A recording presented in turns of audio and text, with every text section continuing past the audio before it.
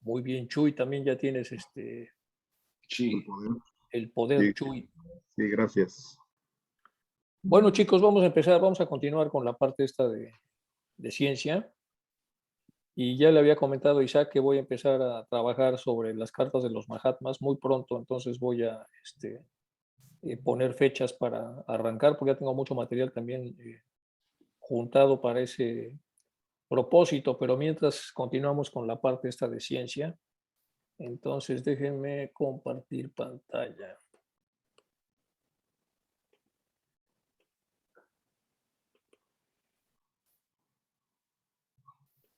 Bien, bien, bien, bien.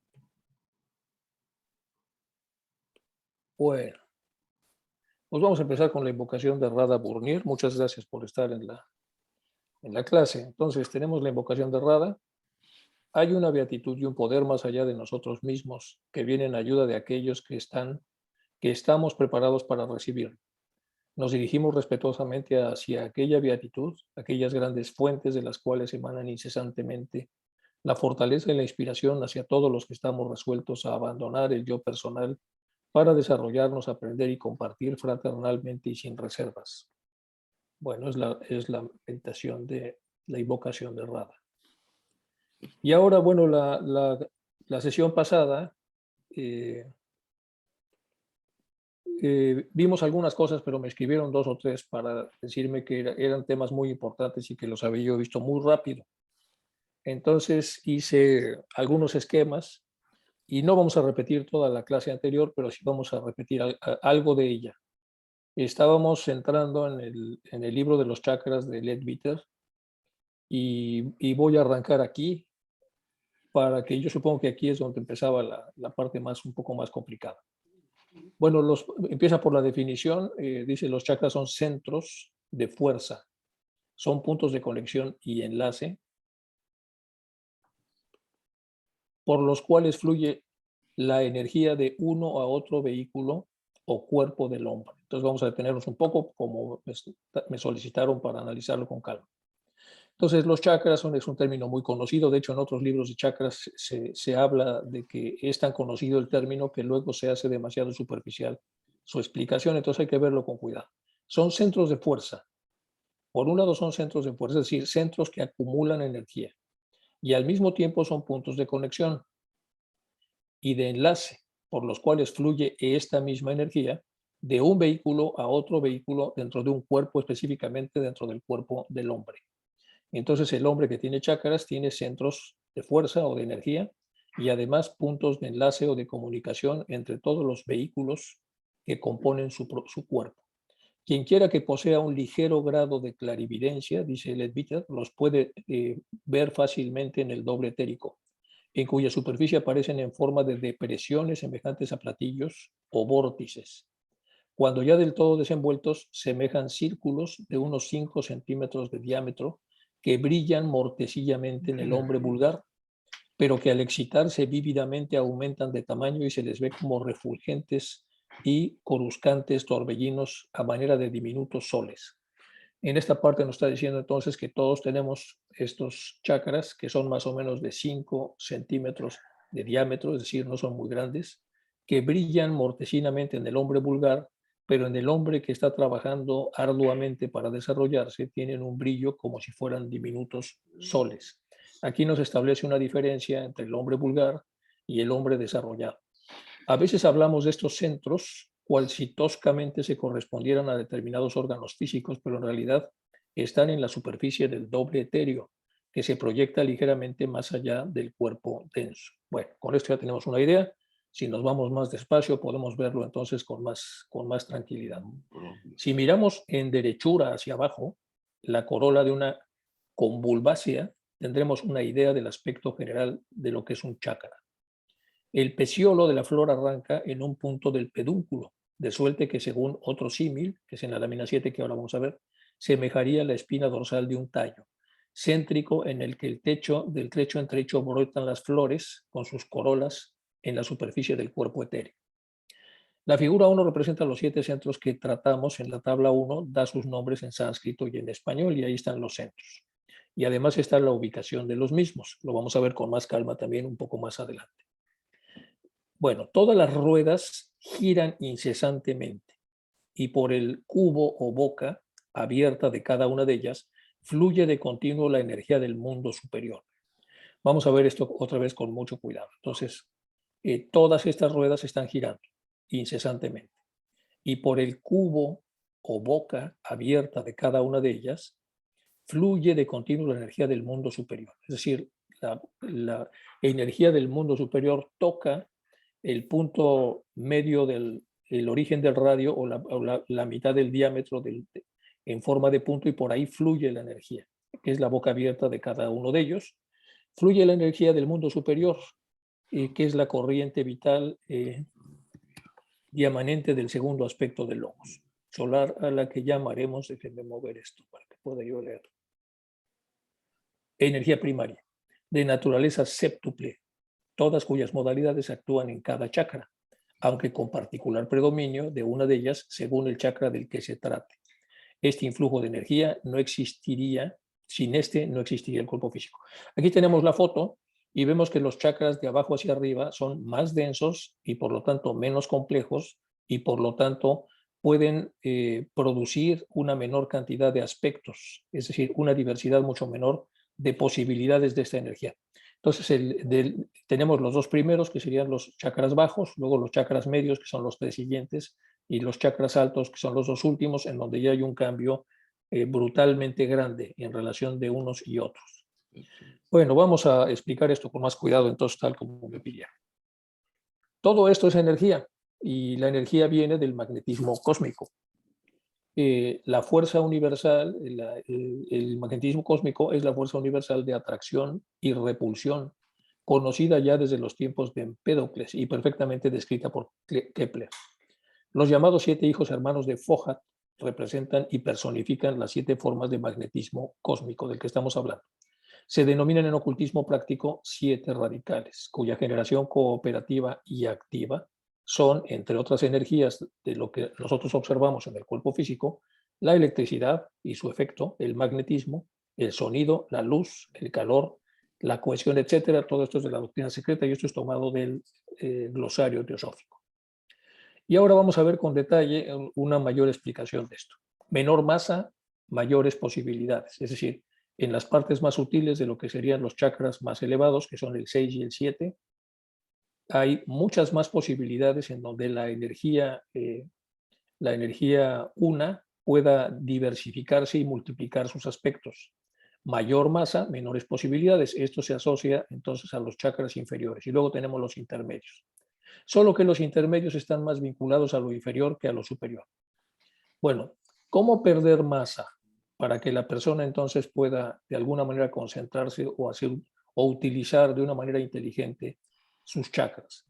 Bueno, nos había puesto el ejemplo, el símil de una flor. Aquí tenemos entonces la flor y con todo lo que ya había sido descrito por Leadbeater. La mente arma pensamientos y determina la materia que le acompañará a cada pensamiento. Cuando la mente elige un pensamiento, ya está eligiendo el grado de densidad que requerirá dicho pensamiento para que dicho pensamiento pueda vivir durante un tiempo razonable en la luz astral. Entonces tenemos acá algunos ejemplos con una raya que divide lo que serían los chakras inferiores y medios, que son estos que son mucho más simples, y luego los 2 chakras superiores. Y esta raya de aquí es para mostrar que hay una división enorme entre lo que serían los 5 primeros chakras y los 2 últimos.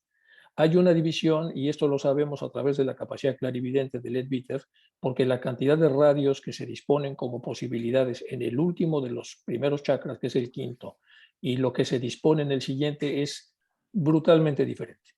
Entonces aquí hay un salto cuántico, hay un salto enorme.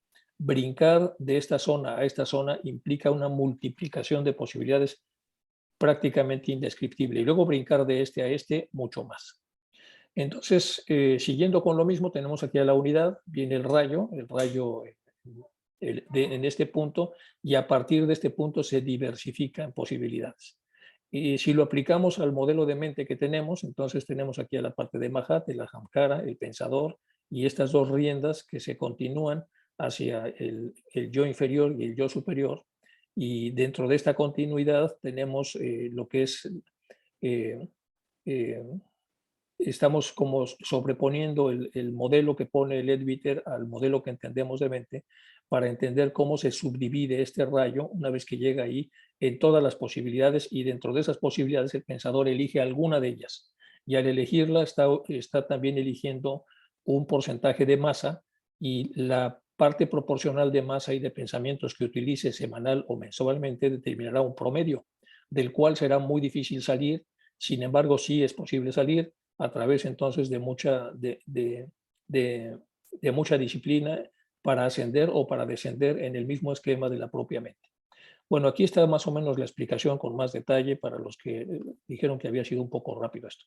Aquí estamos hablando entonces de la unidad purucha en esta parte del tallo. Estamos hablando de que es casi puro espíritu, con una dosis mínima de Parakriti. Esto nada más es un ejemplo para poder simbolizarlo. Entonces está todavía en el formato de no forma, esta energía que está demasiado condensada y demasiado concentrada. Es la energía una. Esta energía entonces llega a la boca, como dice Leadbeater, que es la parte central, y ahí empieza a difuminarse en dos espacios. El primer espacio es este y el segundo espacio es el resto de la flor, que esto equivaldría al último chakra.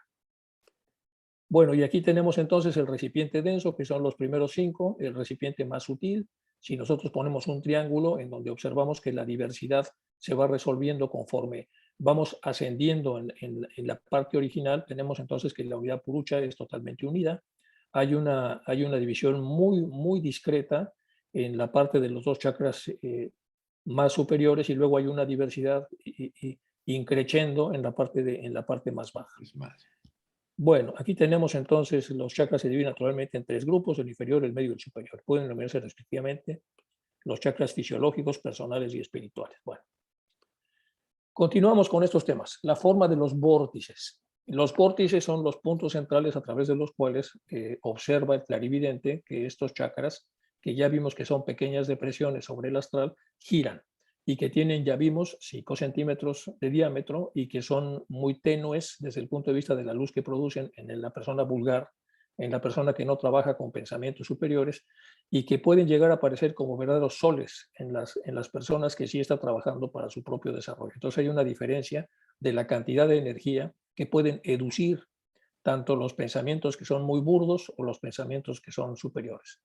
Dice, la divina energía que desde el exterior se derrama en cada centro determina en la superficie del cuerpo etéreo y en ángulo recto con su propia dirección energías secundarias en un circular movimiento ondulatorio. Es decir, llegan a través del tallo de la flor y de inmediato entonces empieza todo un movimiento ondulatorio. De propia suerte que la barra imanada, introducida en un carrete de inducción, provocará una corriente eléctrica que fluirá alrededor del carrete en ángulo recto con la dirección del propio imán. Una vez que entra en el vórtice, la energía primaria vuelve a irradiar de sí misma en ángulos rectos, pero en líneas rectas, como si el centro del vórtice fuese un cubo de la rueda y las radiaciones de la primera energía sus radios, los cuales enlazan a guisa corchetes de doble etéreo con el cuerpo astral. El número de radios difiere en cada uno de los centros y determina el número de ondas o pétalos que respectivamente exhiben, o sea, de posibilidades que se pueden hacer a través de la manifestación de la luz absoluta cuando tiene un vehículo suficientemente sutil para expresarse o un vehículo suficientemente denso para no poder expresarse. Por esto los libros orientales suelen comparar poéticamente los chakras con flores. Cada una de las energías secundarias que fluyen alrededor de la depresión semejante a un platillo tiene su peculiar longitud de onda, es decir, un formato vibracional, una cantidad de ciclos por segundo, y una luz de determinado color, pero en vez de moverse en línea recta como la luz, se mueven en forma de ondas relativamente amplias de diverso tamaño, cada una de las cuales es un múltiple de las menores ondulaciones que entraña. El número de ondulaciones está determinado por los radios de la rueda. El número de ondulaciones tiene que ver entonces con el número de radios. Por lo tanto, entonces, si hablamos de miles de radios, como sucede con los chakras más elevados, entonces la frecuencia sería enorme. Estamos hablando ahí de unos hercios enormes. Y la energía secundaria, que ondula por debajo y por encima de las radiaciones de la energía primaria, a la manera de una labor de cestería que pudiera entretejerse alrededor de los radios de una rueda de carruaje. Es decir, como si fuera un éter, entonces van fluyendo ahí todas las longitudes de onda entre radio y radio de la rueda del carruaje. Las longitudes de onda son infinitesimales y probablemente cada ondulación las contiene a millares, según fluyen las energías alrededor del vórtice. Las diferentes clases de ondulaciones se entrecruzan unas con otras como la labor de cestería producen en forma semejante a la corola de la convulvácea a la que anteriormente me he referido cuando hablaba de las flores Leadbeater. Sin embargo, todavía se parecen más a los chakras a unas salserillas de ondulado cristal iridescente como las que se fabrican en Venecia. Todas estas ondulaciones o pétalos tienen el tornasolado y trémulo brillo de la concha, aunque generalmente cada una de ellas ostenta su denominado color según denotan las ilustraciones. Este nacarino aspecto argéntico suele estar acompañado de los tratados sánscritos con el rielar de la luna a la superficie de las aguas del mar. Bueno, aquí está hablando él un poco poéticamente de lo que está observando, y en la tabla 1 que ya había mencionado en otro slide, aquí viene entonces cómo se llaman y dónde están los chakras, la situación en la parte del cuerpo, y específicamente de gran importancia son los chakras que van a florecer en las siguientes rondas de nuestra propia especie. Bueno, el famoso fuego serpentino. Primero vamos a ver de dónde viene la energía de la parte de más abajo. Esta es una imagen prehispánica, indígena prehispánica americana, en donde se hace referencia a esa energía que viene de la Tierra. Entonces tenemos dos canales de energía, el que viene del Sol, a través de prana, y el que viene de la Tierra, que es el fuego serpentino, la energía del fuego interno, que tiene su base en la columna vertebral y que asciende en todo ser humano. Es como la energía telúrica, porque viene de la Tierra. Del otro lado vemos entonces los chakras se dividen totalmente en tres grupos, el inferior, medio y superior, que ya se dijo, y pueden denominarse respectivamente fisiológico, personal y espiritual. Los chakras primero y segundo tienen pocos radios o pétalos y su función es transferir al cuerpo dos fuerzas procedentes del plano físico para tener energía y poderse mover. Una de ellas es el fuego serpentino de la Tierra y la otra la vitalidad que procede del Sol. Los centros tercero, cuarto y quinto que constituyen el grupo medio están relacionados con las fuerzas que por medio de la personalidad recibe el ego. El tercer centro las transfiere a través de la parte inferior del cuerpo astral, el cuarto por medio de la parte superior de este mismo cuerpo astral y el quinto por el cuerpo mental. Es decir, tenemos dos que van sobre el cuerpo astral y el quinto sobre el cuerpo mental. Todos estos centros alimentan determinados ganglios nerviosos del cuerpo denso. Los centros sexto y séptimo, independientes de los demás, están respectivamente relacionados con el cuerpo pituitario y la glándula pineal. Aquí está haciendo él entonces una relación entre lo que es el flujo eléctrico que viene de estos principios superiores y el flujo eléctrico observable en el cuerpo físico que viene a través de los plexos que nosotros conocemos, a través de las radiaciones de los nervios que tenemos, en donde sabemos que todos los nervios tienen zonas de interconexión llamados ganglios, entonces es prácticamente lo mismo. Esto de alguna manera explica lo que muchos científicos ya comentaban, que se les hacía muy difícil entender por qué el microvoltaje que tienen las neuronas puede tener aspectos tan sorprendentes sobre las funciones del cerebro y de los nervios. Estamos hablando de menos 30 milivoltios o de menos 70 más 30, o sea, realmente son cantidades muy precarias desde el punto de vista eléctrico, difícilmente capaces de entender cómo pueden estas cantidades tan pequeñas dar las cosas que normalmente vemos como funciones cerebrales y por lo tanto funciones cognitivas. Estas corrientes eléctricas son tomadas, si se ve desde la neurociencia, de los electrolitos, siendo los principales sodio, potasio, cloro y magnesio, y con eso tenemos entonces las cargas positivas y negativas que entran a través de la gelatina de Schwaham en las neuronas y que a través de dendritas o de axones empiezan a hacer las famosas interconexiones, pero eso no es suficiente para entender entonces el costo energético real de lo que son los procesos cerebrales superiores. Entonces, de alguna manera nos está hablando de que hay una energía en el mundo metafísico, que es la verdadera energía, y hay un transporte, un transportador en el mundo físico, que es donde esta energía de alguna manera tiene su expresión, sin que esta expresión sea totalmente la causa necesaria de lo que allí sucede. Es una especie de receptor solamente. Este es un ejemplo de cómo están los vórtices moviéndose en una fotografía estática. Lo que hace la fotografía estática es ponerla en movimiento para que el ojo humano pueda imaginar que esto está moviéndose. Un poco parecido a lo que hacían en alguna parte de la historia del arte los griegos cuando los frisos ponían algunas imágenes en 2 o 3 escalas del propio movimiento para que el observador, si estaba cómodamente sentado sobre una banca, pudiera, a la hora de aplicar el ojo sobre el friso, ver un aparente movimiento, porque estaban muchas de las secuencias están en diferentes formas del movimiento. En el Museo Británico, de hecho, están los frisos estos del movimiento para que las gentes que lo visitan puedan disfrutarlo. Vamos a seguir con lo que dice aquí Leadbeater.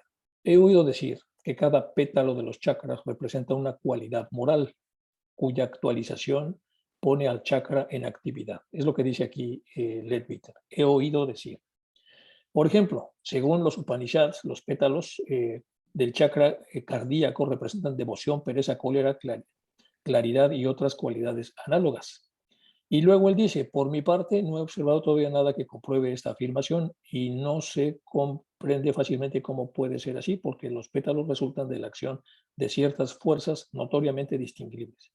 Y en cada chakra están o no activas, según se hayan o no actualizado dichas fuerzas, de suerte que el desenvolvimiento de los pétalos no tiene más directa relación con la moralidad del individuo que la que pueda tener el robustecimiento del bíceps. Es lo que está diciendo él aquí.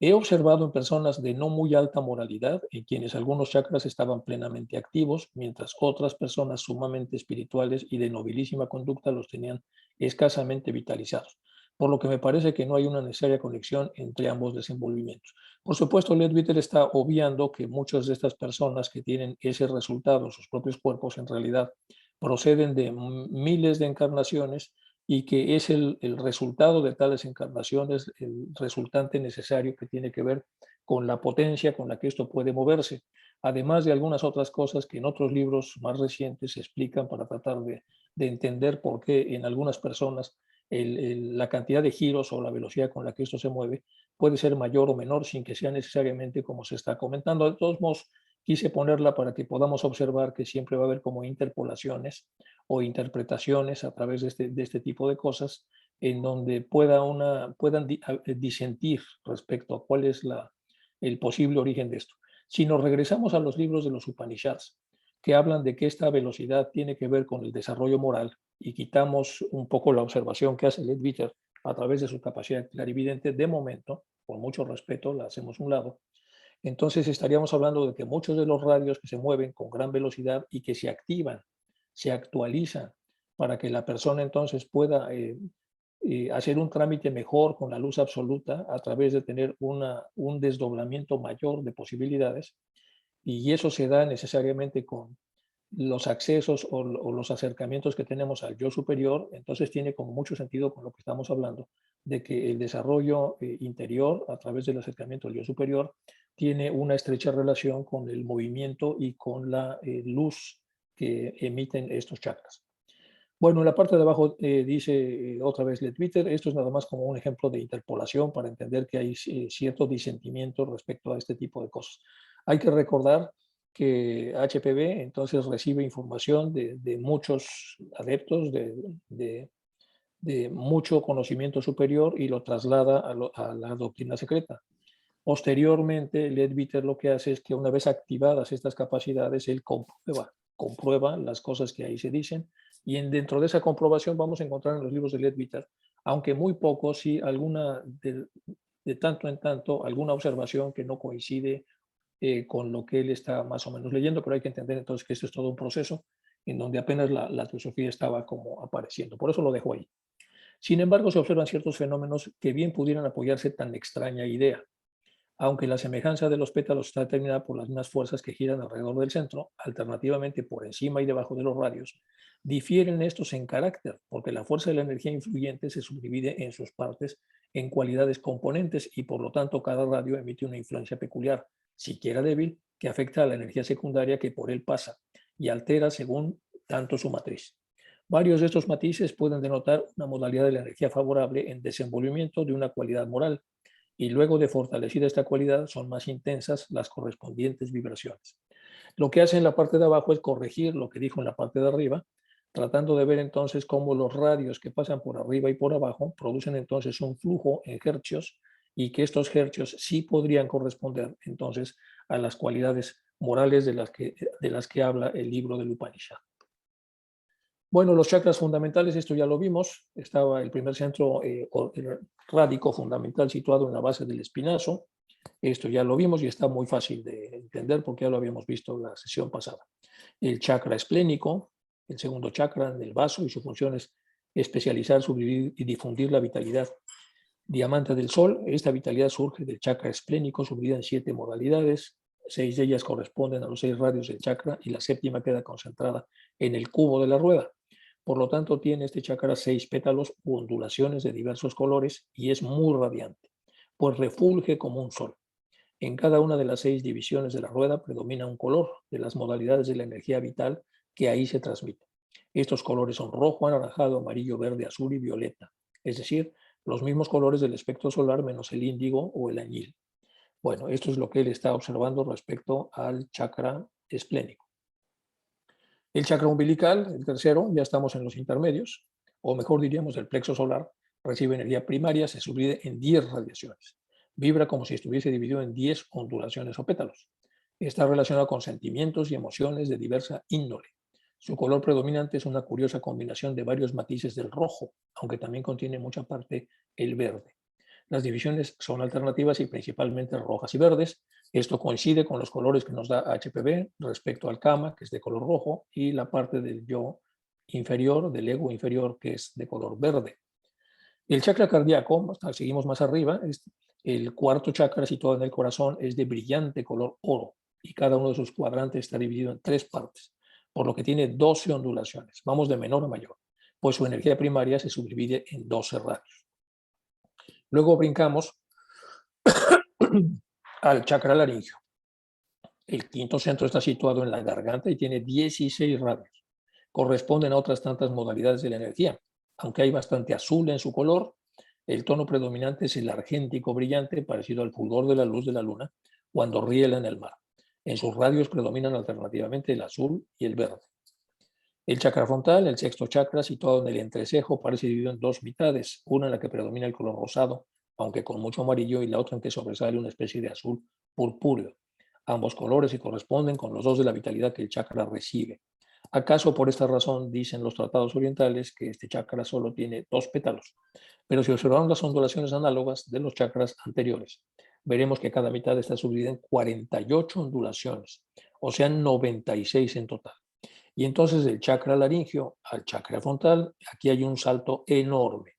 La persona que inicia su desarrollo, manteniendo a raya a su mente racional y buscando hollar sobre el yo superior, hace un salto monumental en donde la multiplicación de radios es enorme y por lo tanto de posibilidades que el propio buscador va a actualizar.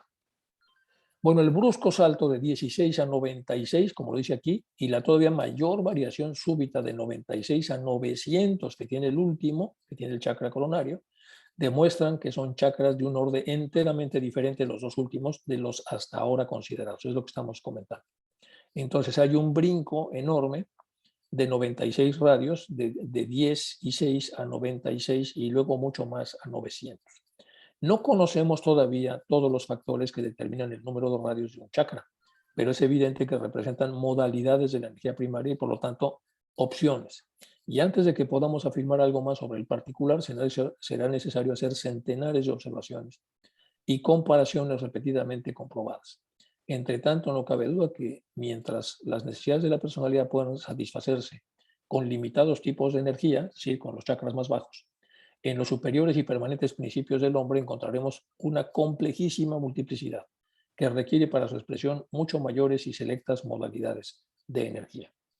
Bueno, el chakra coronario, séptimo chakra, en lo alto de la cabeza, es el más refulgente de todos cuantos está en plena actividad, pues ofrece abundancia de indescriptibles efectos cromáticos y vibra con casi inconcebible rapidez. Parece que contiene todos los matices del espectro, aunque el conjunto predomina el violeta. Los libros de la India la llaman flor de 1000 pétalos y no dista mucho esta denominación de la verdad, pues son 960 las radiaciones de la energía primaria que recibe. Cada una de estas radiaciones aparece fielmente reproducida en la lámina del frontispicio, aunque es muy difícil señalar la separación de pétalos. Además, Tiene este chakra una característica que no poseen los otros y consiste en una especie de subalterno torbellino central de un blanco fulgurante. Este vórtice subsidiario es menos activo y tiene 12 ondulaciones propias. Generalmente el chakra coronario es el último que se actualiza. Al principio no difiere en tamaño de los demás, pero a medida que el hombre se adelanta en el sendero del perfeccionamiento espiritual, va acrecentándose poco a poco hasta cubrir toda la parte superior de la cabeza. Es decir, este chakra crece. Otra peculiaridad o particularidad acompaña a su desenvolvimiento. Al principio es, como todos los demás chakras, una depresión de doble etéreo, de 5 centímetros, como habíamos visto, por la que penetra la divina energía procedente del exterior. Pero cuando el hombre se reconoce rey de la divina luz y se muestra longánime en cuanto le rodea, el chakra coronario se revierte, por decirlo así, de dentro hacia afuera, es decir, estaba eventrado y sale, brota. Ya no es un canal receptor, sino un radiante foco de energía emisor. No una depresión, sino una prominencia erecta sobre la cabeza, como una cúpula. Una peculiaridad entonces en el desarrollo interior que de todas las eventraciones surgen entonces una reversión y ya no es un canal receptor, sino un foco de energía, no una depresión, sino una prominencia. Ya habíamos visto también la vez pasada, aunque demasiado rápido, cómo se estaban en las representaciones del chakra coronario aquí. Las imágenes pictóricas y escultúricas de los excelsos personajes de Oriente suelen mostrar esta prominencia como se ve en la estatua del señor Buda. En Borobudur, isla de Java, producida en la figura 2, este es el acostumbrado método de representar la prominencia y en tal forma aparece sobre la cabeza de millares de imágenes del señor Buda en el mundo oriental, haciendo referencia a que esta eventración ya ahora es una prominencia. En algunos casos, los 2/3 de este chakra se representan en forma de bóveda, constituida por los 960 pétalos y encima otra bóveda menor, constituida por las 12 radiaciones del vórtice subalterno. Bueno, estamos entonces con lo más importante del libro de Leadbeater. Vamos a ver ahora un poco dentro de este mismo contexto para poderlo explicar con más detalle el libro de Teosofía Práctica de Gord Gitschel. Dice, una obra donde posiblemente se habla de clarividencia. Él está tocando esta obra de 1897. Gitschel es de 1638. Estudió teología, jurisprudencia, etcétera, y él hace una descripción muy parecida a la que hace Leadbeater. Por lo tanto, entonces Leadbeater supone que este hombre y en este libro se hablan de cosas que están relacionadas con la capacidad clarividente para ver los chakras. Entonces, quien quiera ahondar en el libro se puede conseguir. Es un libro que se puede buscar y pueden seguir un poco la historia o lo que fuera, que esto también ya lo vimos, entonces vamos a pasarlo más adelante. Algunas de las cosas que vienen ahí del libro son solamente 2 slides, la energía primaria o energía de vida. Vamos con la energía primaria, que es entonces el punto central que va sobre el vórtice y que a partir de ahí salen los famosos los radios que van a girar todo lo que ya comentamos. La divinidad emana de sí misma diversas modalidades de energía. Otra vez vámonos aquí con calma. La divinidad emana de sí misma diversas modalidades de energía. Quizá haya centenares de ellas completamente para nosotros desconocidas, pero se han observado algunas que apropiadamente se manifiestan en cada uno de los niveles alcanzados por el observador. Aquí dice Leadbeater, entonces con mucho cuidado, que pues, puede haber cientos, pero vamos a hablar de las que se ven, de las que nos toca ver. Aunque de momento solo las consideraremos tal como se manifiestan en el mundo físico. Una de ellas es la electricidad, otra el fuego serpentino, otra la vitalidad y aún otra la energía de vida, totalmente distinta de la vitalidad según al punto que veremos. Pacientes, largos y continuados esfuerzos necesita ser quien se proponga descubrir el origen de estas energías y su mutua relación. Entonces vamos a repetir, vimos 3 acá. El fuego serpentino, del que ya hemos hablado, la electricidad, la otra es la vitalidad y la tercera la energía de vida, que es diferente a la vitalidad. Bueno, cuando coleccioné en mi obra The Biden Side of Things las respuestas a las preguntas formuladas durante años anteriores en las conferencias de ADIAR, ya conocía la manifestación del plano físico, de la energía de vida, del fuego serpentino y de la vitalidad, pero aún ignoraba su relación con las 3 oleadas o efusiones de vida, por lo que las describí como si fuesen enteramente distintas y estuviesen separadas de dichas efusiones. Ulteriores investigaciones me capacitaron para subsanar esta deficiencia y me complazco en tener ahora ocasión de corregir la inexactitud que entonces incurrí. Por los chakras fluyen tres principales energías que podemos considerar como representativas de los tres aspectos del logos. La energía que penetra por la acampanada boca del chakra y que con relación a sí misma establece una energía secundaria, es una de las manifestaciones de la segunda oleada de vida. Diamante del segundo aspecto del logos, o sea, la corriente de vida, que este segundo aspecto del logos efunde en la materia ya vitalizada por la primera fusión procedente del tercer aspecto del logos. Esto es lo que simboliza las enseñanzas cristianas al decir que Cristo encarnó, esto es, que tomó forma del Espíritu Santo y de la Virgen María. Bueno, lo comenta Leadbeater aquí. La segunda oleada se dividió por un número casi infinito de grados y aún se diferenció a sí misma, o por lo menos así nos lo parece, acaso por la mayor ilusión con la que la vemos actuar. Se difunde por medio de innumerables millones de canales y se manifiesta en todos los planos y subplanos de nuestro sistema, aunque esencialmente siempre la misma energía, sin que se le deba confundir con la primera oleada que elaboró los elementos químicos con los cuales se formó la segunda oleada de los vehículos de cada plano. Parece como si sus manifestaciones fuesen más graves o densas, porque emplea materia también más grave o más densa. En el plano búdico se manifiesta como el principio del Cristo, que poco a poco, imperceptiblemente, se va desenvolviendo en el interior del alma humana. Vemos que vivifica las diversas capas de materia de los cuerpos astrales y mentales, de modo que la parte superior del astral se manifiesta en forma de nobles emociones y la parte inferior como un mero impulso de vida que anima a la materia del cuerpo astral. En su íntima manifestación vemos que se envuelve en un velo de materia etérea, desde el cuerpo astral se transfiere por conducto de los chakras al cuerpo físico. Desde el cuerpo astral se transfiere por conducto de los chakras al cuerpo físico, en donde encuentra otra energía, la llamada fuego serpentino o kundalini, que misteriosamente surge del propio cuerpo humano. Bueno, hay que recordar que él está entonces tratando de conjuntar lo que observa con el conocimiento teosófico y con el conocimiento cristiano, porque lo mete de tanto en tanto para poder explicar las cosas que él está observando. Y entonces la observación es totalmente eficiente, es decir, es muy eficaz la observación, porque en la observación podemos ver las formas, pero quizá la explicación no es necesariamente de lo más eficiente. Es una explicación en donde podrá tener algunas desviaciones para tratar de explicar cuál es el sentido de lo que él está observando.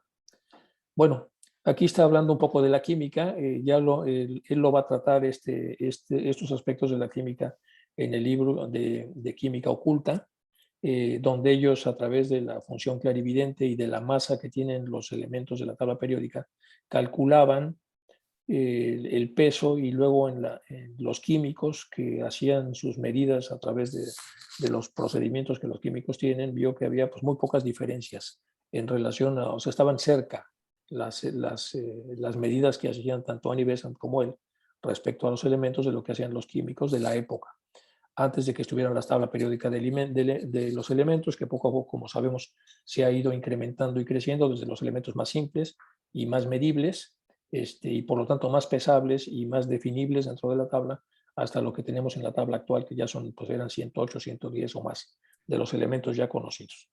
Bueno, esto es de lo que está hablando en esta zona. Bueno, aquí siguen, dicen, nuestras personales investigaciones químicas nos revelaron que los pesos atómicos son casi exactamente proporcionales al número de átomos ultérrimos de cada elemento, según consta en la obra Química Oculta, como ya lo había mencionado, donde también aparece la forma de composición de cada elemento. En la mayor parte de los casos en los que examinamos los elementos con vista etérea, sus formas denotaban, como también está en la tabla periódica, que se habían ido desenvolviendo en orden cíclico y no en línea recta, sino en ascendente espiral. Y nos han dicho que el hidrógeno, oxígeno y nitrógeno constituyen aproximadamente la mitad de la corteza terrestre y casi toda la atmósfera pertenece también a otro sistema solar mayor que el nuestro. Pero sabemos que los demás elementos químicos han sido elaborados por el Logos en nuestro propio sistema, quien está prolongando la espiral más allá del Urano en inimaginables condiciones de presión y de temperatura. Gradualmente, según se va formando el Logos, nuevos elementos químicos los impele hacia la superficie de la Tierra. La energía del Kundalini o fuego serpentino de la Tierra o de nuestro cuerpo procede del laboratorio del Espíritu Santo en las entrañas de la Tierra y es la parte formidable del globo ígneo geocéntrico. Bueno, esto de aquí ya, aunque más adelante vamos a hablar de la química oculta y vamos a tocar estos temas, lo importante aquí es cómo está él expresando algunas cosas que sí son importantes. Hidrógeno, oxígeno y nitrógeno, que es la mitad de la corteza terrestre y casi toda la atmósfera, pertenecen a otro sistema solar y todos los demás a este. Bueno, los tres conductos espinales, que son estos, que es un dibujo bastante conocido. Dice, de estas corrientes que fluyen por el interior y en torno a la columna vertebral de todo ser humano, dice HPV en la doctrina secreta lo siguiente. La escuela transhimaláyica sitúa el Sushumna, el principal de los tres nadis, acuérdense de los nadis, que son, bueno, ya hemos hablado de esos temas, en el conducto medular de la columna vertebral, y el Ida y el Pingala son sencillamente los sostenidos y bemoles del Fa de la naturaleza humana, que cuando debidamente se pulsan, despiertan los centinelas de ambos lados. El manas espiritual y el físico cama y subyuga la naturaleza inferior por medio de la superior. Vamos a ver otra vez esto con calma. La escuela transhimaláyica sitúa al Sushumna, el principal de los tres nadis, el Sushumna, en el conducto medular de la columna vertebral. La columna vertebral, como sabemos, es un tubo hueco, que tiene tres capas, la pia madre, dura madre y aracnoides, y en el interior está la médula espinal. Y entonces vamos a ver lo que dice aquí. Dice el principal de los tres nadis en el conducto medular de la columna vertebral. Es decir, si dentro de la columna está la médula, pues en el conducto medular ahí es donde se sitúa este nadi. Y el ida y el pinagla son sencillamente los sostenidos y bemoles del fa de la naturaleza humana. Sostenidos y bemoles, ya lo vimos, ¿se acuerdan cuando vimos el sonido? Ya nos había explicado entonces de las famosas 9 comas que hay entre tono y tono, y que en estos tonos intermedios hay sostenidos y bemoles, y es lo que está aquí comentando Leadbeater. Hay una tonalidad de fa principal, que es el sunsumna, y hay bemoles y sostenidos que son el ida y el pingala. Son sostenidos y bemoles del fa de la naturaleza humana que cuando debidamente se pulsan, despiertan a los centinelas de ambos lados. El manas espiritual y el físico kama, y subyuga la naturaleza inferior por medio de la superior. Eso es muy importante. El puro akasa pasa por el sushumna arriba y sus dos aspectos fluyen por ida y pingala. Estos son los tres aires vitales simbolizados en el cordón brahmínico y están regidos por la voluntad. La voluntad es la que opera a través de estos canales. La voluntad, entonces, si se va desarrollando en el proceso increciendo, va dando estas enormes posibilidades de acuerdo a lo que está aquí comentando Leadbeater. El deseo y la voluntad son del aspecto inferior y superior de una misma potencia. El deseo pertenece a lo inferior, la voluntad a lo superior. De aquí la importancia de la pureza de los conductos o canales que se utilicen. De Sushumna, ida y pingala se origina una circulación del conducto central, se distribuye por todo el cuerpo. Ida y pingala funcionan a lo largo de la curvada pared del cordón, en que está Sushumna, son semimateriales, uno positivo y el otro negativo, sol y luna, y ponen en acción la libre y espiritual corriente de Sushumna. Tienen distintos y peculiares conductos, pues de lo contrario radiarían por todo el cuerpo. En la vida oculta de la masonería, digo, respecto al uso masónico de estas energías, del plan de la masonería forma parte del estímulo de la actividad de las fuerzas etéreas en el cuerpo humano, a fin de apresurar la evolución. Este estímulo se aplica en el momento en el que crea y recibe y constituye al candidato, el venerable maestro. En el primer grado afecta al ida o aspecto femenino de la energía, con la cual facilita al candidato el dominio de las pasiones y emociones. En el segundo grado afecta al pingala o aspecto masculino y lo robustece al fin de facilitar el dominio de la mente. Bueno, lo que está diciendo aquí Leadbeater para poder entender un poco de lo que aquí se está hablando. Y aquí tenemos los esquemas para poder entender mejor cómo se sube y cómo se baja dentro de estas energías y cómo los chakras ayudan en un momento determinado porque nos indican que el buscador o el que está en pleno desarrollo está abandonando los giros inferiores para poder adentrarse a los superiores.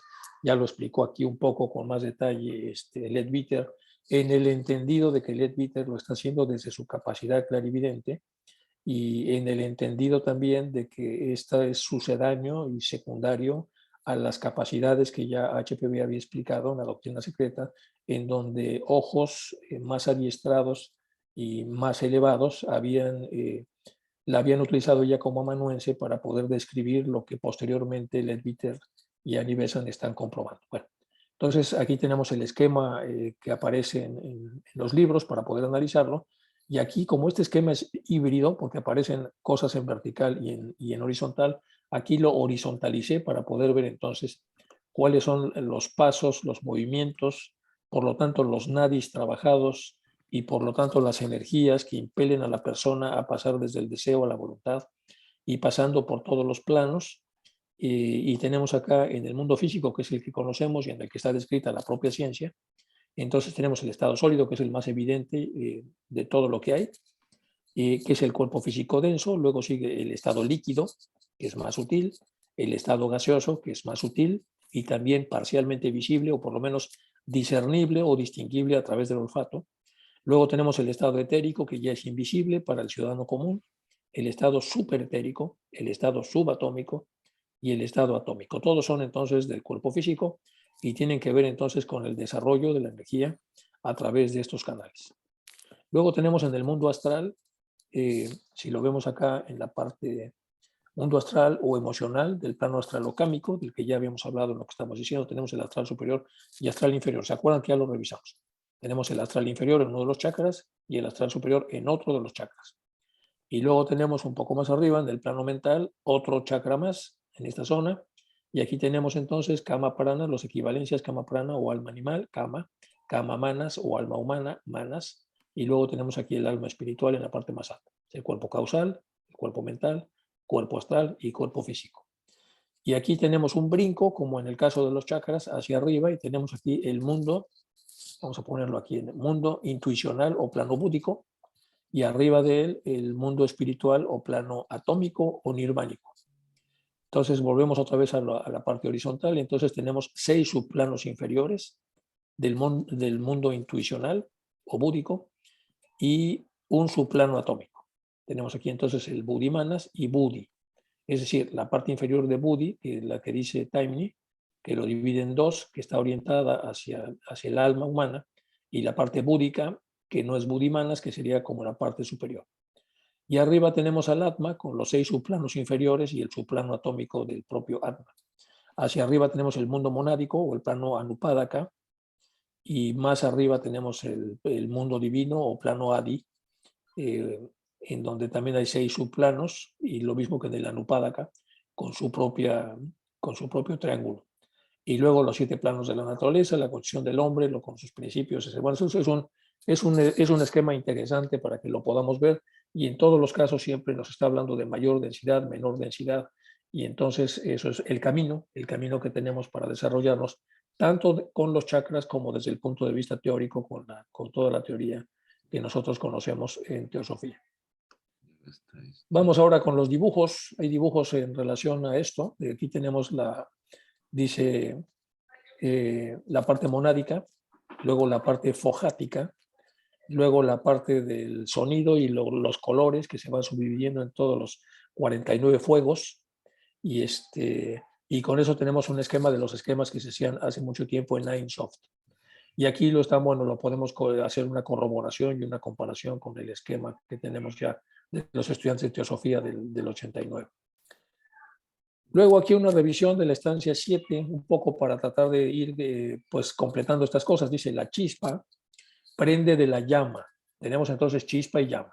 La chispa es el hijo de la llama y son muchas chispas. Entonces la chispa pende de la llama por el más tenue hilo de Fojat, es decir, nunca se separa. Si la chispa pende, o sea, pende de la llama por el más tenue hilo de Fojat, quiere decir que todas las chispas están unidas a la llama, aunque no lo veamos. En su plano físico de manifestación, la chispa es chispa y la llama es llama, y pareciera que están separadas, pero no lo están. Ella viaja, la chispa, a través de los 7 mundos de Maya. Se detiene en el primero y es un metal y una piedra. Se detiene en el segundo y la vemos ahora que es una planta. La planta gira a través de 7 cambios y viene a ser un animal sagrado. De los atributos combinados de todos ellos se forma Manú, el pensador. ¿Quién lo forma? Las 7 vidas y la vida una. Esto es muy interesante. ¿Quién lo forma? Es la estancia 7. ¿Quién lo forma? Las 7 vidas y la vida una. Aquí esto lo resolvemos con lo que acabamos de ver en la parte anterior. Entonces lo forman las 7 vidas, vidas de abajo para arriba, y la vida 1, de arriba para abajo. ¿Quién lo completa? El quíntuple La. Desde el primer nacido, el hilo entre el silencioso vigilante y su sombra se hace más y más fuerte y radiante a cada cambio. La luz del sol de la mañana se ha cambiado en la gloria del mediodía. Ya nos había comentado Isaac que va a dar una charla completa sobre el famoso silencioso vigilante, porque aquí aparece también. Y uno de los rostros de este silencioso vigilante que aparece en la estancia 7 dice que desde el primer nacido, el hilo entre, otra vez, está hablando en la parte de arriba entre la llama y la chispa, y en este caso es el hilo entre el silencioso vigilante y su sombra, su versión más densa, se hace más y más fuerte y radiante a cada cambio.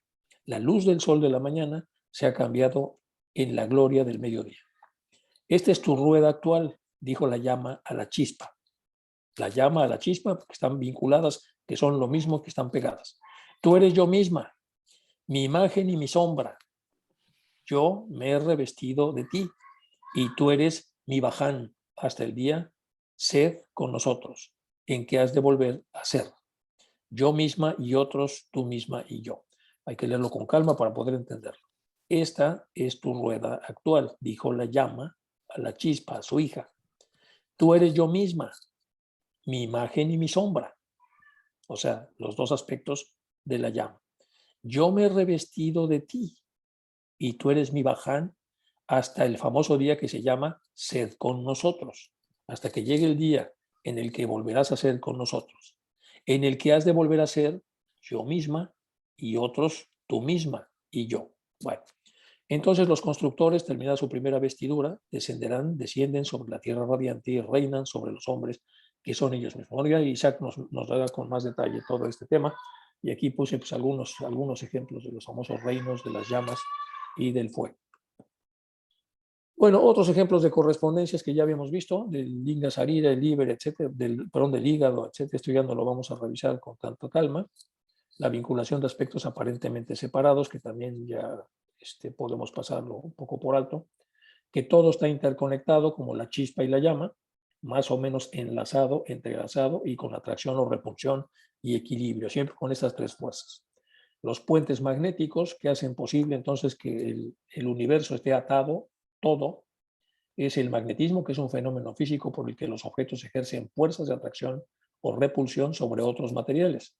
El único imán natural conocido es un mineral llamado magnetia. Bueno, a través del magnetismo entonces podemos ver que estos cordones que unen todo, en realidad no son cordones estáticos, son cordones en donde a veces puede reinar la aproximación, en cuyo caso los objetos se acercan, o puede generar repulsión, en cuyo caso se alejan. Y esto es magnéticamente, es decir, a través de cargas. El magnetismo se define con la capacidad de un material de generar un campo magnético a través del cual el imán, es decir, accionará su poder de atracción. Y se define como un fenómeno físico donde varios materiales pueden lograr atraerse o repelerse con otros materiales debido a los movimientos que tengan sus partículas cargadas dentro del campo magnético. Bueno, de acuerdo con las leyes ocultas y magnéticas, hay fuerzas de atracción, repulsión y movimientos estacionarios, es decir, de equilibrio. Muchas mentes se requieren para generar un estado estacionario. Cualquier desequilibrio de estas fuerzas modificará el estatus actual moviendo las partículas a otro estatus. Entonces, los estatus que se llaman estacionarios, los periodos de calma, los periodos de equilibrio requieren muchas mentes, es lo que se está comentando aquí. Y que cualquier desequilibrio de estas fuerzas puede modificar el estatus actual, moviendo las partículas a otro estatus superior o inferior. Esto es válido también para las partes en las que nosotros nos movemos dentro del Antakarana. Entonces tenemos periodos estacionarios que vienen con los promedios, que ya lo habíamos hablado, pero que cuando empiezan a haber crisis o complicaciones, tanto positivas como negativas, se genera un desequilibrio que puede ser positivo si el pensador ha logrado adquirir ahora un estatus mayor de desarrollo, o pueden ser entonces negativas, en cuyo caso el pensador se ha dejado guiar por el yo inferior y ahora vibra en una tonalidad más baja y tiene ahora un nuevo promedio, es decir, ha perdido altura. Y para esto pues ya sabemos que hay fuerzas que nos impelen para volar más bajo porque nos provocan, y hay otras fuerzas que nos ayudan, pero en los buscadores ya más compenetrados en su propio sistema, por supuesto que las pruebas son cada vez más fuertes. En los ciclos hay aparentemente un debilitamiento progresivo de las fuerzas que mantiene el equilibrio progresando a las que se mueven en partículas y avanzan en el trayecto previamente establecido. Bueno, la imagen aparece un ejemplo donde se supone que la fuerza de atracción opera solamente sobre el Kama, que es rojo, de varios individuos. La tarea encarnada de cada sujeto consistirá en trascender esa atracción a través de su voluntad propia. La que puede invertir el magnetismo con mucha fuerza es la voluntad. Y la voluntad es un elemento propio de cada sujeto que puede fortalecerse y que puede ocasionar entonces el que no se rompe el equilibrio, el que se da por la propia polaridad y el propio poder atrayente. Bueno, por otra parte, hay influencias de las fuerzas magnéticas sobre seres humanos mucho más sutiles, mucho menos visibles, mucho más complejas de entender. La fuerza ejercida sobre ella está relacionada con la posición de cada ser en su nacimiento, misma que ha sido provocada por el karma personal y definida por los skandhas. Esto produce un sujeto con un peculiar efecto sobre el de las fuerzas principalmente del sistema solar, en el que todos habitamos. Hay fuerzas extrasolares también influyentes, sin embargo hablaremos solamente de las del cosmos, es decir, del universo contenido en el sistema solar.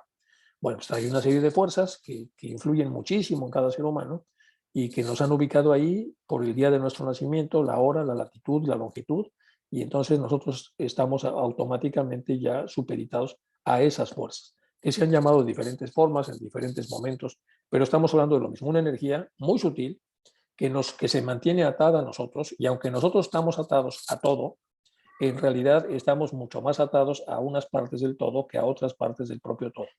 Siempre en giros de 360 grados, entonces, a través de los grados que nos toca vivir, de acuerdo otra vez a la longitud, latitud, día, hora y de nacimiento, y etcétera, a través de ellos, entonces, hacemos canales específicos que nos emparentan con rocas, con piedras, con plantas, con animales y además con ciertos planetas y con ciertos aspectos superiores. Y ahí se teje un hilo mucho más sólido que los otros hilos, en donde magnéticamente estamos todos atrapados y definidos en función de lo que hayamos hecho en las propias encarnaciones. Todas las facultades mentales, emocionales, psíquicas y espirituales de los seres humanos están influidas por las propiedades ocultas de la escala de causas que emanan de las jerarquías, de los regentes espirituales, de los planetas y no por los planetas mismos. Eso es muy importante. El que controla estas fuerzas son los regentes de los planetas, no son los planetas mismos. No es un planeta vivo, es un regente del planeta, es una jerarquía. Es una jerarquía la que tiene ese poder de emitir los hilos que van a tocar, por así decirlo, a las razas que se encuentren en boga en cada circunscripción o en cada momento. Bueno, los planetas tienen correspondencia con principios humanos, con metales, con días de la semana, con sonidos, con colores. Así Marte corresponde al Kamarupa, al hierro, al martes, a la nota Do de la escala musical y al color rojo. Estas son sus correspondencias más fuertes. Aunque Marte está relacionado con todo, está más relacionado dentro de ese todo con su propio canal. Y es un canal en el canal pasa por esto muy a grosso modo. El Sol corresponde a Prana, al oro, al domingo, a la nota Re y al color anaranjado. Mercurio a Budi, a Mercurio, al miércoles, a la nota Mi y al amarillo. Saturno, al Camamanas, al plomo, sábado, la nota Fa y al verde. Júpiter, a la envoltura áurea, al auric egg, al estaño, al jueves, a la nota Sol y al color azul. Venus, al manas o mente superior, al cobre, al viernes, a la nota La y al índigo. Y la luna, al Linga Sarira, a la plata, al lunes, al Si y al violeta. Esto es muy a grosso modo. En realidad, las correspondencias magnéticas de los planetas, además de estas que vemos acá, son muchísimas más cosas en las que van a afectar en las regencias superiores a los encarnados bajo ese sistema. Energías invisibles pero reales. Los primeros siglos del cristianismo se admitían como cosa corriente las buenas o malas influencias planetarias, como lo prueba un modo incontestable ciertas tablas astrológicas en donde estaban señalados los presagios felices o siniestros, los días diestros y siniestros con referencia a cada hora del día y a la noche. Tablas que figuraban en los libros compuestos para el uso de los fieles.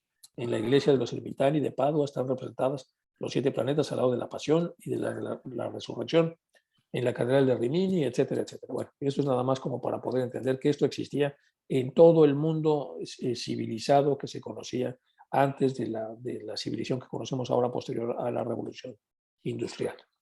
Vamos ahora con los planos o estados vibracionales. Todo esto vibra, ya lo vimos en el tema de los chakras. Y ahora vamos a ver cómo vibran los planos. Entonces tiene varios significados. Un plano es una extensión de un espacio de algo contenido en él, sea en un sentido físico o metafísico. Ejemplo, un plano de conciencia. Es decir, un lugar, como dice acá, una extensión del espacio, que al mismo tiempo está contenido en él, pero que por agrupación ocupa un espacio definido y se convierte en un plano. En ocultismo, dicho término designa el campo de extensión de algún estado de conciencia o el poder perceptivo de una serie particular de sentidos, o la esfera de acción de una fuerza determinada, o el estado de materia correspondiente a alguno de los extremos antes indicados. Es decir, se genera algo dentro de ese algo mucho mayor, en donde se van a concentrar una serie de atributos o cosas dependiendo de lo que estemos hablando. Ahí hablamos de un plano. Así tenemos planos físico, astral, mental, átmico, mayábico, objetivo, subjetivo, fenomenal, nouménico, etc. Es decir, una serie de planos, locas, lugares, espacios, formas, conformaciones en donde va a haber una función y esta función va a tener un estado vibracional o muy alto o menos alto en donde se forma esta estructura y una vez formada constituye un plano. Hay en el cosmos 7 planos. Bueno, hay muchos más, pero digamos que lo habitual es hablar de estos 7. 3 de los cuales, los superiores, solo se revelan a los iniciados, y los 4 restantes son el arquetipo, el intelectual o creativo, el sustancial o formativo y el físico material. Bueno, esto es doctrina secreta para donde nos está explicando HPV, entonces el tema complicado de los famosos planos, que podíamos nosotros relacionar entonces de menor a menor, también con las corrientes energéticas que en cada uno de ellos pueden existir, para hablar un poco del desarrollo o no desarrollo que puede tener un ser humano a ese respecto. Estos 7 planos corresponden a los 7 estados de conciencia del hombre. Cada plano se subdivide en 7 y cada uno de esos últimos se vuelve a subdividir en otros 7. La evolución normal de la humanidad se ejecuta en 3 de estos planos, el plano físico, astral y mental, como ya lo sabemos, llamados también los 3 mundos. En los 2 planos superiores a estos 3, o sea, los planos búdico y átmico, continúa la evolución propia del iniciado. Estos 5 planos constituyen el campo de evolución de la conciencia hasta el día en que la humanidad irá a fundirse con la divinidad. Los 2 planos siguientes y los más elevados representan la esfera de actividad divina, que todo lo rodea y envuelve, y en donde emanan todas las energías divinas que mantienen y vivifican el universo. Estos 2 últimos planos, denominados Anupada Kayadi, el primero son los planos de la conciencia divina, aquellos en que se manifiesta solo el logos o la trinidad del logoi, y por lo tanto escapan a nuestra comprensión. Estos ya aniversan el estudio sobre la conciencia. Y esto es para hablar con más detalle acerca de los planos. Luego viene aquí el plano mental, que actúa como pensamiento. No es el plano de la mente tal como funciona por medio del cerebro, sino tal como obra en su propio mundo. La mente tiene su propio plano, su propio mundo. En el plano físico, hay una parte del plano físico en donde está el receptor de este plano, que es más bien metafísico. Y en el plano físico, la parte del plano físico en donde está el receptor se llama cerebro. Sino tal como obra, por eso, como dice aquí, en su propio mundo, es decir, en el mundo metafísico, libre de todas las trabas de la materia física.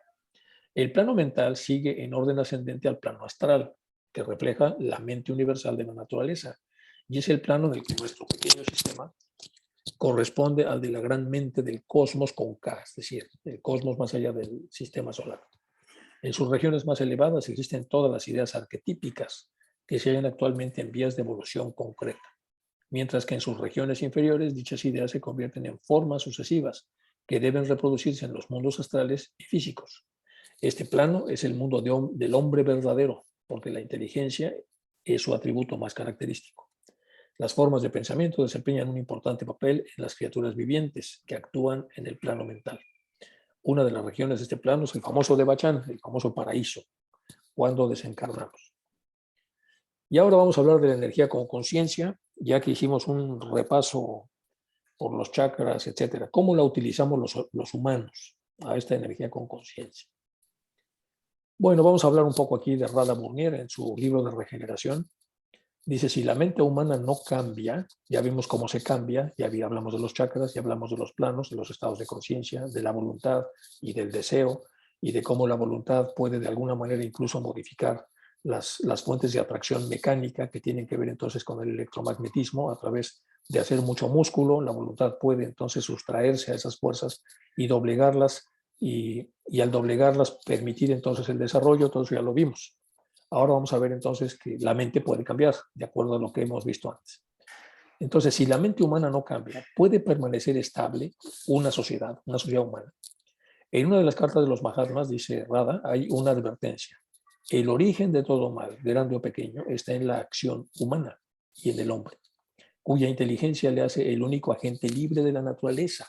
Es el único, por tener autoconciencia, capaz de modificar de manera volitiva a la naturaleza. Los desafíos externos son de nuestra creación porque nos dividimos en naciones, grupos, categorías de diferentes clases y nos identificamos solos con un grupo. Y aquí nos habla entonces de lo primero que hace la inteligencia humana, que es la fragmentación. Fragmentamos todos, dividimos todo y entonces aparecen los desafíos externos, creados por nosotros, porque dividimos al ser humano en pedazos y dividimos al planeta en pedazos también, grupos, categorías, solo si se parecen o tienen alguna peculiaridad física. Estamos convencidos de que los problemas no son creación nuestra, de que el resto del mundo ha creado las dificultades, que han aparecido solitas, dice ella. Entonces, en la siguiente parte dice que la propia cognición es autocomplaciente, es decir, se siente ajena a haber creado los problemas. Pero si lo consideramos seriamente, podemos descubrir que básicamente nuestra naturaleza no es distinta a la del resto del mundo. El Mahatma continúa, no debe culparse a la naturaleza ni a ninguna deidad imaginaria, sino al hombre, envilecido por el egoísmo. Pensad bien en estas pocas palabras.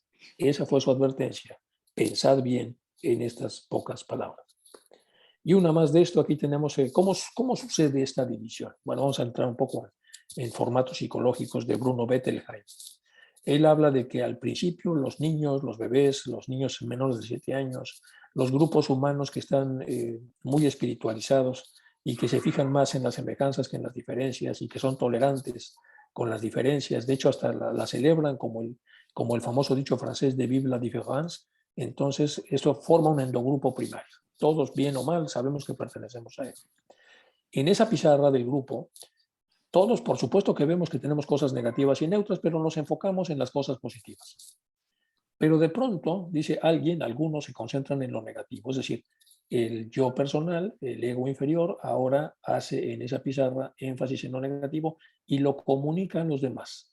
Como si fuera una obra de Shakespeare, empiezan entonces poco a poco a contaminar a los demás. Es un tóxico. Y algunos se concentran en lo negativo del grupo y tienden a dividirlo. Entonces el grupo se divide finalmente en dos.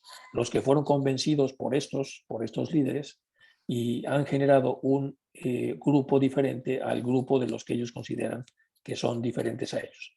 Ahora, dependiendo de desde dónde se mire, hay un exogrupo y un endogrupo. El endogrupo somos nosotros que nos hemos independizado del otro grupo. Y el exogrupo son aquellos que tienen ciertas características oscuras y que son la causa de que los hayamos separado de nosotros. Sobresalen las diferencias, se juzga que el exogrupo concentra lo negativo y el endogrupo no. Ahora el endogrupo hace un movimiento doble, se mueve hacia arriba y mueve hacia abajo al exogrupo para convertirse en un grupo superior. Y solamente por los atributos que él ha decidido observar en el propio grupo.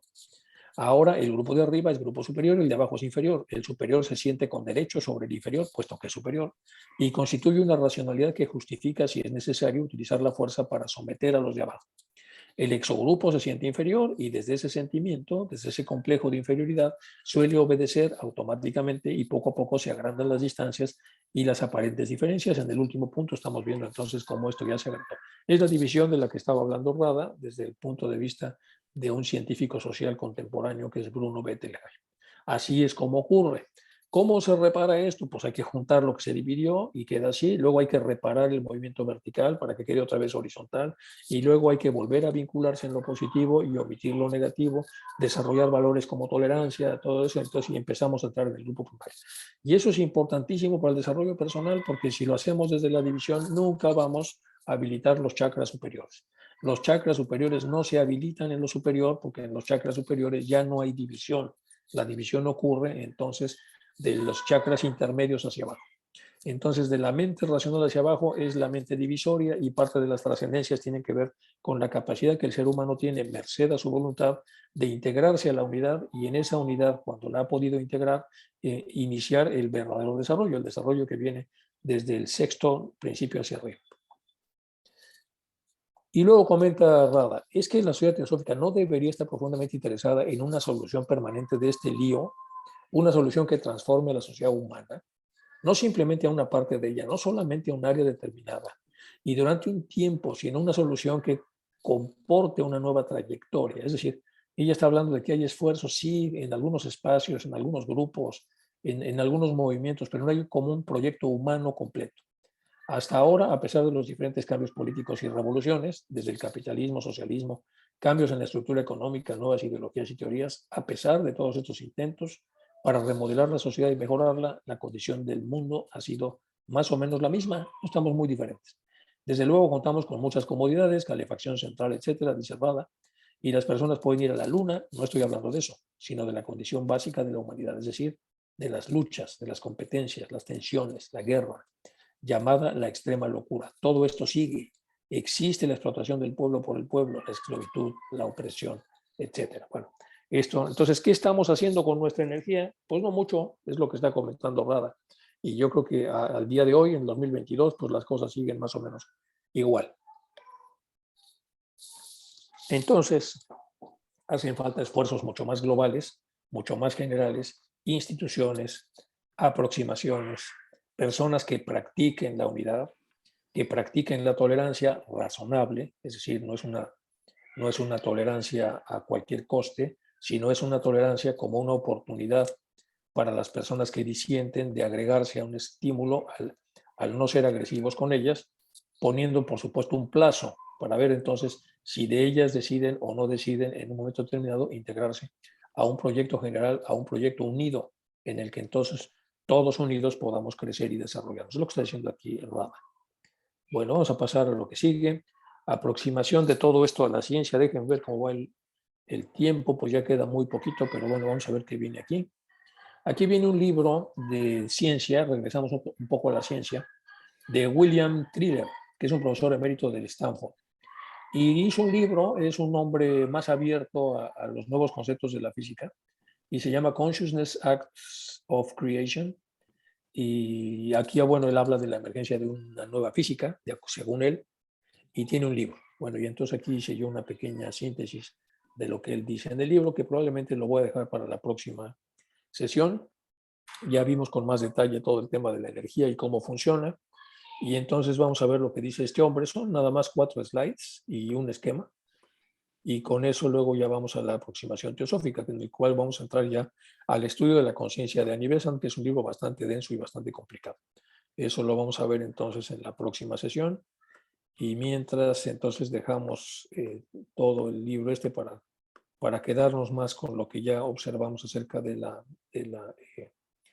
energía y entramos con la conciencia, con los actos de creación, de acuerdo a porque es de los más leídos. Estaba yo buscando un libro de Fritjof Capra también, que tiene también muy buenos, pero está un poco descatalogado. Esos son libros mucho más antiguos y son muy buenos, por supuesto. El tipo es muy especial, el famoso Fritjof Capra, y tiene pues su taller, tiene un taller allí en Viena, donde pues entrena a la gente en su modelo. Y él era un profundo admirador el sabio chileno de Maturana. Y bueno, en algún momento dado podemos hablar algún poco de sus obras más importantes, que es de Tao Physics, que es una de ellas, y dentro de ellas algunos capítulos muy interesantes que tiene de la obra, y el otro es de Turning Point, que son los libros clásicos de Fritjof Capra. Bueno, pues vamos a terminar entonces la exposición y voy a dejar de compartir. Y si tienen ustedes alguna duda, comentario, queja o lo que fuere, le pido entonces a Chuy y a Isaac que dejar de grabar y poder pasar entonces a las preguntas, si es que